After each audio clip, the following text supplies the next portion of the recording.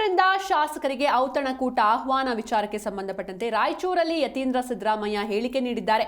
ಪಕ್ಷದ ಆಂತರಿಕ ವಿಚಾರ ಬಿಜೆಪಿಯವರಿಗೆ ಏನು ಗೊತ್ತು? ಶಾಸಕ ಸಚಿವರನ್ನ ಔತಣಕೂಟಕ್ಕೆ ಕರೆದಿರ್ತಾರೆ.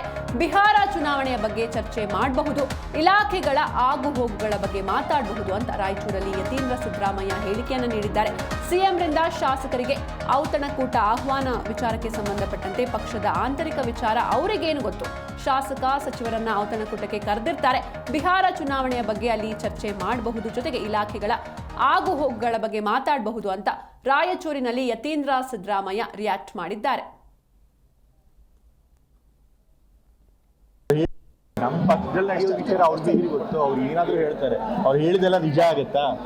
ಅವಾಗ ಔತಣಕೂಟ ಕರೀತಾನೆ ಇರ್ತಾರೆ ಮುಖ್ಯಮಂತ್ರಿಗಳು. ಮೊದಲನೇ ಬಾರಿ ಇಲ್ಲ, ಎಷ್ಟೊಂದು ಸರಿ CLP ಮೀಟಿಂಗ್ ಮಾಡಿದ್ದಾರೆ, ಅಲ್ಲೂ ಕೂಡ ಔತಣಕೂಟ ಏರ್ಪಾಡು ಮಾಡಿದ್ದಾರೆ. ಮನೇಲೂ ಕೂಡ ಹಿಂದೆನೂ ಕೂಡ ಕರೆದಿದ್ದಾರೆ. ಸೊ ಹಾಗಾಗಿ ಸರಿ MLA ಮತ್ತು ಮಿನಿಸ್ಟರ್ಗಳನ್ನ ಕರೆದಿದ್ದಾರೆ. ಬಿಹಾರ ಚುನಾವಣೆ ಕೂಡ ಅಲ್ಲಿ ಡಿಸ್ಕಸ್ ಆಗ್ಬೋದು. ಅದರಂತ ದುಡ್ಡಿನಗೋಸ್ಕರ ಅಂತಲ್ಲ, ಎಲ್ಲ MLA ಕರೆದು ಈಗ ರಾಜಕೀಯ ಸ್ಥಿತಿಗತಿ ಇದೆ, ಅವರ ಡಿಪಾರ್ಟ್ಮೆಂಟ್ ಹೆಂಗೆ ನಡೀತಾ ಇದೆ, ಏನಾದರೂ ಸಮಸ್ಯೆ ಇದೆ ಅದನ್ನೆಲ್ಲ ಕೇಳಿ ಅದರಲ್ಲಿ ಬಿಹಾರ ಚುನಾವಣೆ ಚರ್ಚೆ ಮಾಡಿ. ನಮ್ಮ ಪಕ್ಷದಲ್ಲಿ ನಡೆಯೋ ವಿಚಾರ ಅವ್ರಿಗೆ ಗೊತ್ತು. ಅವ್ರು ಏನಾದರೂ ಹೇಳ್ತಾರೆ, ಅವ್ರು ಹೇಳಿದೆಲ್ಲ ನಿಜ ಆಗುತ್ತಾ?